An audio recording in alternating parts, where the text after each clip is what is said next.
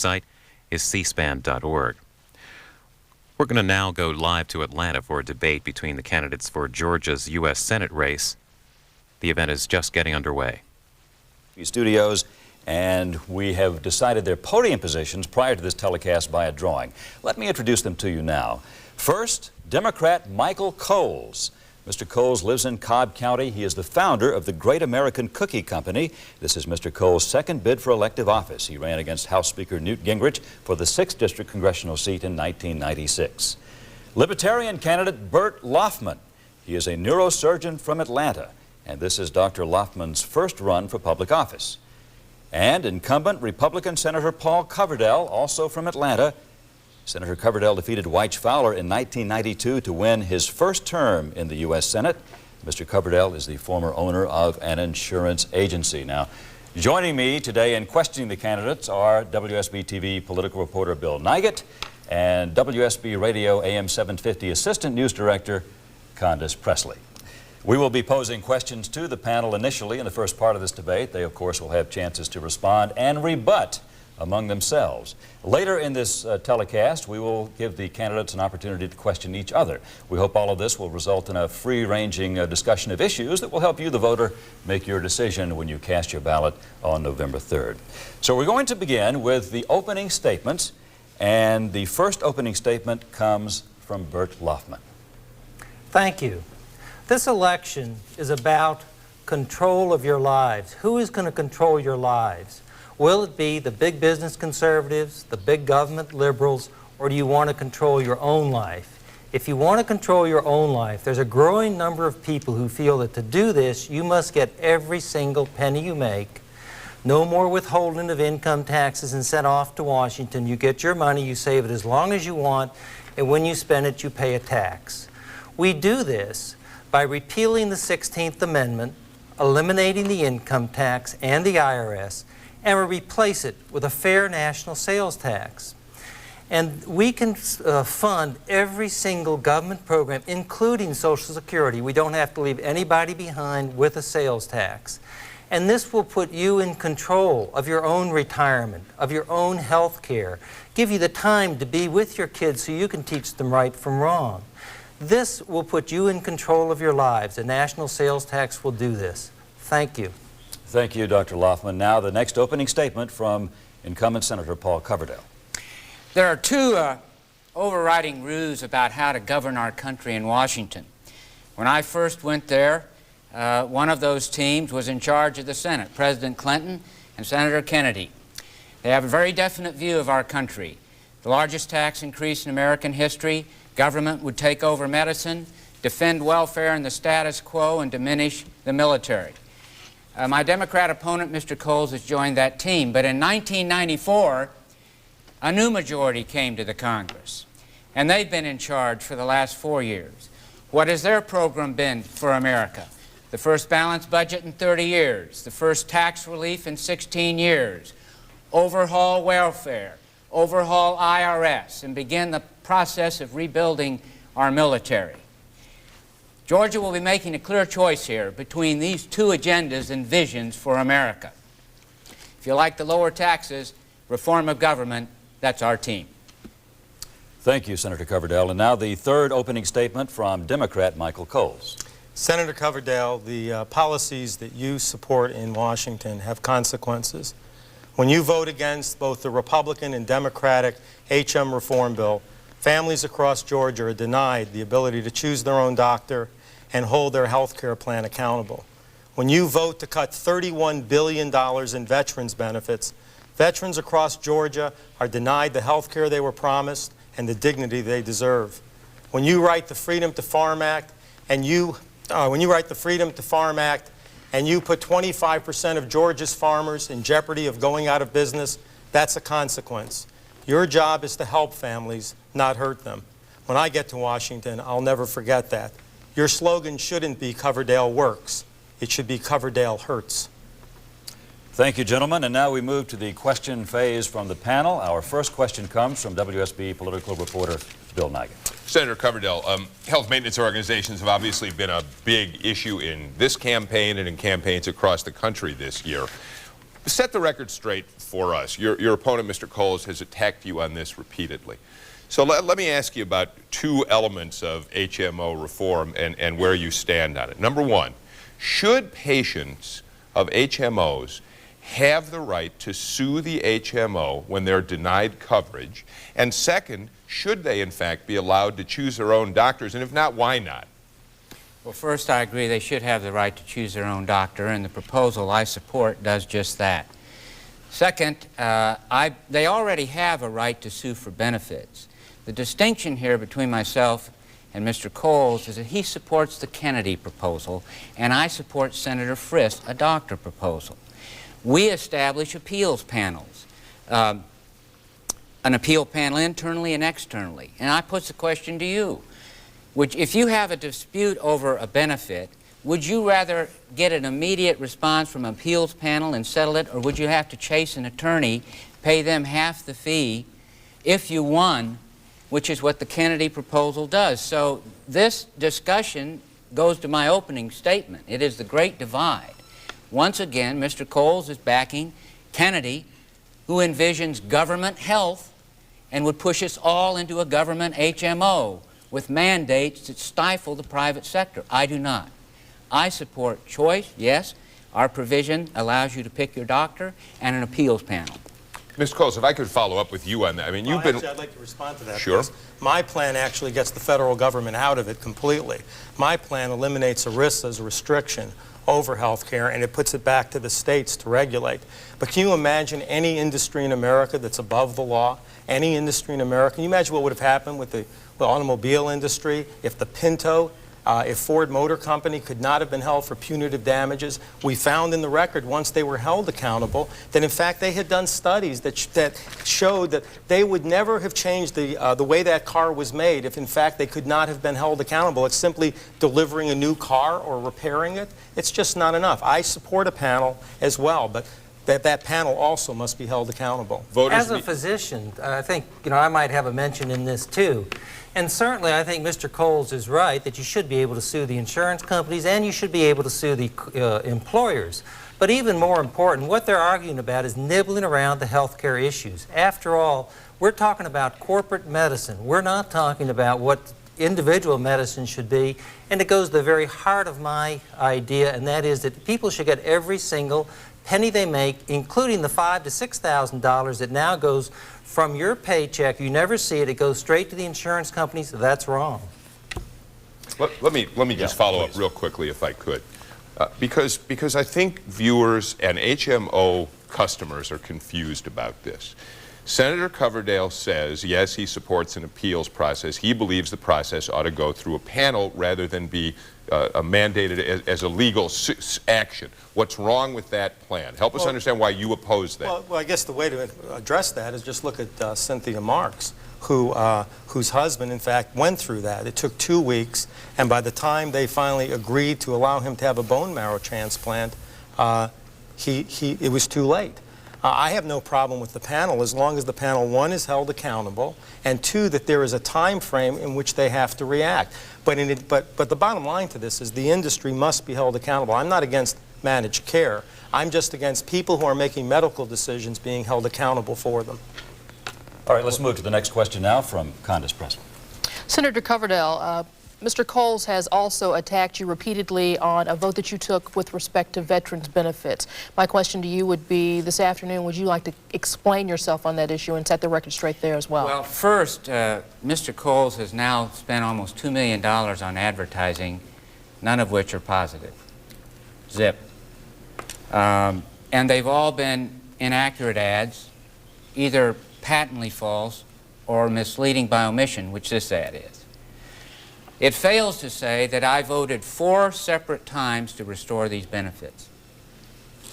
It fails to mention that I have increased and supported overriding the President's budget for veterans every year to increase veteran benefits by $3 billion.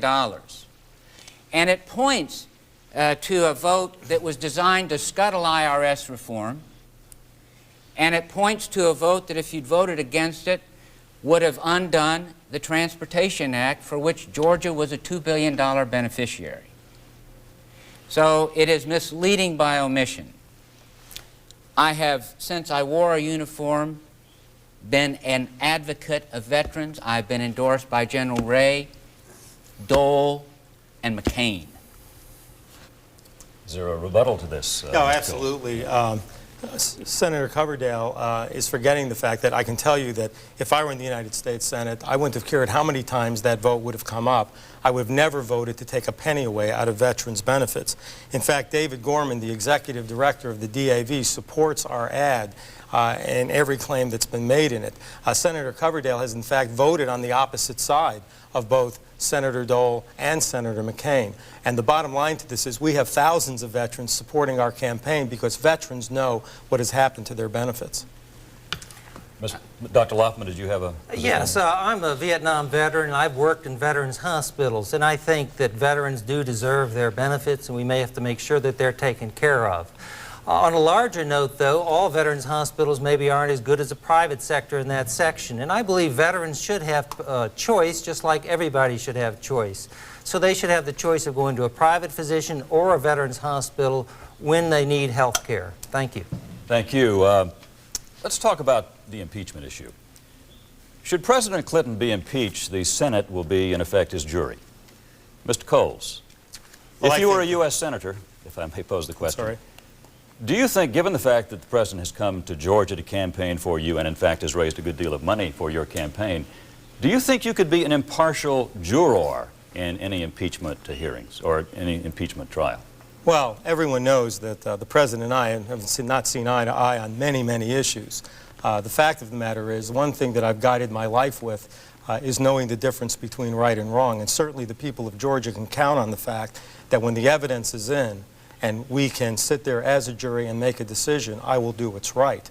But I think that this Congress has a responsibility to move this process along and not be in recess, but in fact stay to the task and serve their constitutional duty so that the American public is not dragged through 6 or 12 months more of this. Well, how would you characterize the President's behavior, which he's acknowledged, and his fitness for office, which some people question? Well, I would simply say, as I've stated for the record, I think what the President did was wrong. He should not have lied. And again, I go back to saying that I think that that's why the Congress needs to move as quickly as possible to draw this to conclusion. Senator Coverdale, the same question to you. This has become such a partisan issue. Do you think you, as a Republican member of the Senate, could sit in impartial judgment on President Clinton, should he be impeached? First of all, I won't have a choice. I am a juror. I believe I've comported myself since the beginning of this episode accordingly, and I've advised all members of Congress to do so as well. I'm very conscious of the fact that I'm a juror, and have, as I said, endeavored to do so or act in just that way. And yes, I believe I can fulfill those responsibilities, those constitutional responsibilities to not only the people of Georgia, but to the United States of America. Dr. Loftman, given the Libertarian Party's general view of victimless crimes and removing penalties for many of these crimes, I would be interested in your perspective on the President's acknowledged behavior and whether or not you consider he should be removed from office. Yeah, so I think it's certainly a valid question. I think the President has been a disgrace to himself, his family, and his country. And I think that the impeachment process looks like it's going through. I'm not sure Senator Coverdale will be a juror because, on the jury because he may not be elected. And actually, I hope that he wouldn't be elected. Getting on to the other question, though, of the constitutionality, I would want to know about the constitutionality of whether this is an impeachable offense. But to me, we ought to look very closely at the Constitution and whether or not the sexual harassment laws that are currently on the book are constitutional. When I look at the 10th Amendment, I don't see anything in the Constitution or our Bill of Rights about sexual harassment. And I believe maybe the United States has overstepped its bounds. And if that's the case, I would want to look very closely at not only the constitutionality of whether he should be impeached on this issue, but whether the very law for which he's being impeached was a law that was constitutional. Gentlemen, thank you very much. Next question now from Bill Nigut.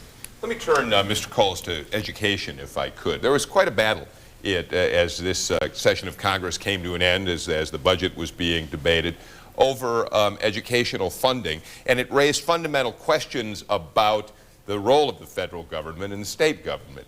The Republicans in Congress wanted to provide essentially block grants on education, saying money should go to the states and the states should decide what to do with it. As you know, the president's plan was to provide money to hire 100,000 new teachers across the country. He wanted to issue bonds that would allow for rebuilding crumbling schools, that sort of thing.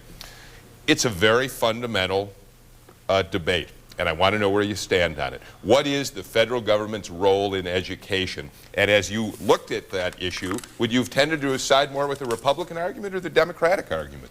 Well, I think certainly that all educational issues ought to be handled locally. And remember that both of those plans, no local community or state even has to participate. The 100,000 new teachers is just like adding 100,000 police officers across this country, with which Paul Coverdale voted consistently against, as well as voting consistently against adding 100,000 new teachers. It's not a mandate. It is something that is available if people want to participate in it. I think it's a very good idea, and I also support the idea of, again, not something that is forced on states or local communities, but the ability to get a jump start on rebuilding our schools so that our children can go to school in classrooms that are permanent and not trailers, and be in buildings that are safe. And in addition to that, I support a leadership role in education that in fact sets the bar high enough so that we are giving our young people in this country an opportunity to go as far as their hard work and talent will take them. Let me again restate the question, though. I appreciate what you've said so far, but does the federal government have an important role in education? And is it one that ought to be limited to rebuilding schools and maybe providing some money for teachers? How should it play out? I support the idea of adding the teachers, because I think it's imperative that we begin to allow communities to have a head start on lowering class sizes, especially K through 4th grade. And I think the federal government, by doing this, is going to make a tremendous difference. We've seen the great impact that the pre-kindergarten program has made right here in Georgia, which is very young. We're going to see a tremendous difference. Whoever is the superintendent of schools 8 years from now is going to probably get a boost in SAT scores that really comes from what Governor Miller was able to do in putting that program together. So I think there is a role of assistance by the federal government. But once again, I think we need leadership that says that public education, over 90% of young people are going to public schools. We have no choice but to save public education. Senator Coverdale, if I could ask you another version of that question. The Republican plan wanting to put money into local school systems has merit, obviously, in many ways, but there are questions about whether or not some states have done a particularly good job with education funding and have raised the level of education in those states. What's wrong, for instance, with national testing that would encourage states to begin bringing up the standards that they themselves have in their own classrooms? First, Bill, once again, the division that I alluded to in the opening statement repeats itself. Mr. Coles is arguing on behalf of President Clinton and Senator Kennedy's proposal for education. They have never done anything for education that does not entail an enlarged federal role. It always has, and it always will. We argued, and throughout this omnibus bill, that those federal restrictions should be reduced, that the money should go without all but one mandate, that the money be 95% in the classroom. This is just not the way they see it. They don't think local school boards can manage their affairs unless they're told how to do it from Washington. So that's been the great divide. I, as you know, was chairman of the Education Task Force. We empowered parents. We empowered states and local communities. Frankly, I think it's long overdue that we remove some of these federal restrictions. On teacher testing, that ought to be left up to the states. Sorry. And you do not want the federal government setting a standard to which the country has to teach. Had to call time on you there, but Dr. Loftman, do you want to weigh in on this before we take a commercial pause? Yes, I think that the whole idea of central government controls has not worked. The notion about taking an income tax, which impoverishes the people, takes their money, sends it right to Washington. Washington plans obviously don't work, so what do? They take the money and send it down to the states, and they're going to put a bunch of strings on this money, and I think that's a bad idea. I think that the Washington should go to a sales tax so people get all of their money. This will empower people in their communities and will put local community standards on education. We don't need Washington to give our educational standards. We need to go directly to what's good for the American people, and that's their standards. Thank you very much. I'd like to say something. Very briefly, Just please. Okay. First of all, I think the fact that this has become a Republican or a Democratic issue is ludicrous. This is about our children, and the team that I'm on is the team that will help families and help children get the best education possible. All right. Thank you very much. We're going to take a brief pause. When we come back, the candidates will question each other. Stay with us. After our live coverage of the Georgia Senate debate, we'll show you what President Clinton and the Democrats had to say on the budget. Senate Majority Leader Trent Lott and House Speaker Newt Gingrich also on the budget after that. And then later, C-SPAN's Campaign 98 coverage continues with the Texas governor's debate. With a budget deal in place, Congress is taking the weekend off so members can look through the details of the $500 billion package. A final vote is set for next Tuesday. We may also see more end-of-session bills on various issues.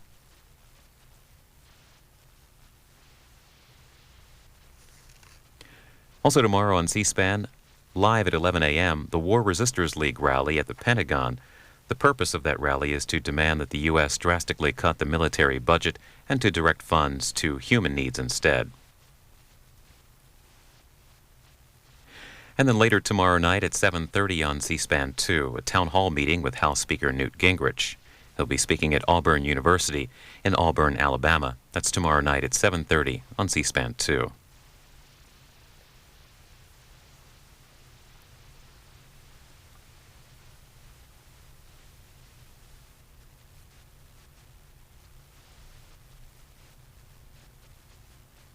One more note on Congress. The House will be back on Monday at noon Eastern Time, and the Senate will be in at 10 a.m. No legislative business is scheduled in either chamber, but the floor will be open for members to speak on any topic.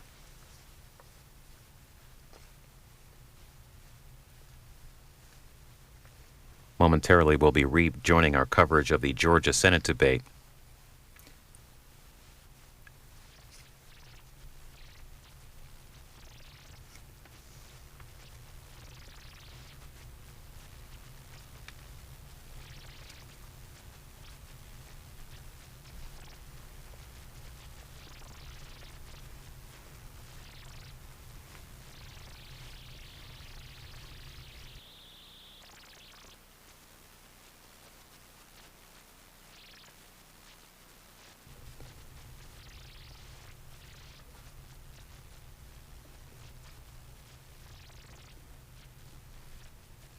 To the phase of this debate in which the candidates question each other. Each candidate will be given the opportunity to question his two opponents. One question to each of his other two opponents. We'll begin this phase of the debate now with Michael Coles asking questions of Mr. Loffman and Mr. Coverdell. Senator Coverdell, you have admitted that you did vote to cut $17 billion out of veterans' benefits, but you continue to blame that on Bill Clinton. But just a few months before that, you proposed a tax cut in which you proposed to cut an additional $8 billion from veterans' benefits. Who do you blame for that? Mr. Coles, you have spent, as I said a moment ago, $2 million attacking my record. I've made some very tough calls. By admission, you would have voted against IRS reform, and you would have voted against the transportation bill. A lot of people think I'm the only one that has a voting record here, but I'm not. You have one. All citizens do. And I'll put my record against yours any time. In the last 10 years, in your community, your town, your county, there have been 26 votes on taxes, school bonds, parks, recreation, you name it. But you weren't there. You didn't vote. 60% of the time, you didn't vote. So if we want to argue records back and forth, I'm perfectly willing from this juncture to do just that. Senator Coverdell, you actually said at one point that one of the reasons you couldn't debate me more often was that because you didn't want to miss a single vote in the Senate. In fact, within the first 2 days of making that statement, you missed a number of very important votes. Does he get another rebuttal? He's rebutting your answer, Yes, and then we'll move on. and I still want to go back to the point. You voted, you proposed a bill that would have cut another $8 billion in veterans benefits, and I'm going to stand there and tell you, I will support tax cuts and have supported them, but I will never vote to cut $1 from veterans benefits to support any program or tax cut. You have acknowledged in 1996 a 1% across-the-board cut that would have cut Social Security, defense, and veterans by $3 billion. Senator, it's not $31 billion. It was a different time when we were talking about how we had to get our budget in line. And the fact of the matter is, what you're pulling out of context once again, just as you've done over many things, the bottom line is you have voted to cut over $31 billion out of veterans benefits, and the veterans of this state and across this country support me. Let's move to the next question now. Mr. Coles, your question from Dr. Loffman. Dr. Loffman, I want to ask you a question as a doctor. You and I have had many opportunities to talk about HMO reform. Senator Coverdale is so opposed to giving families across this state the ability to choose their own doctor and hold their HMO accountable that he has now voted against both the Democratic and the Republican plan. How do you feel about that? Well, I think it's wrong that patients are not able to sue their physicians or their employers or the insurance companies when care has been withheld or when the money for that care has been withheld. So I would side with that. But as I've said before, the bigger issue is, does this country need employer-based health care, or should we move to patient-based health care? Because I think quality really comes from patient choice, and I think he who has the money is going to have the choice. And that's why I think we have to stop this terrible sending of people's pay directly to the insurance companies. All right, thank you very much. Now, Dr. Loffman, your opportunity to question Mr. Coles and Senator Coverdale. Yes. Now, Mr. Coles, Senator Coverdale voted for NAFTA and GATT, and this increases corporate profits, but it betrays our workers and our farmers. I am against NAFTA and GATT as long as we have an income tax. I support a national sales tax which will put a tax on imports equally with American products. How would you have voted for if the vote had come up for you on NAFTA and GATT? Well, on this one, Bert, we have a very common ground on this. I support free trade in this country, but we have got to have fair trade. And as I've traveled around the state and talked with farmers all across South Georgia and talked to them about the unfair trade practices that we have between import and exports, and their lives are truly affected when you put faces to the policies that this country supports, we've got to make sure that we protect American workers first. And when I get to the United States Senate, I will make sure that my first concern is protecting workers and protecting families. Dr. Loffman, your question for Senator Coverdale? Do I have a rebuttal? Well,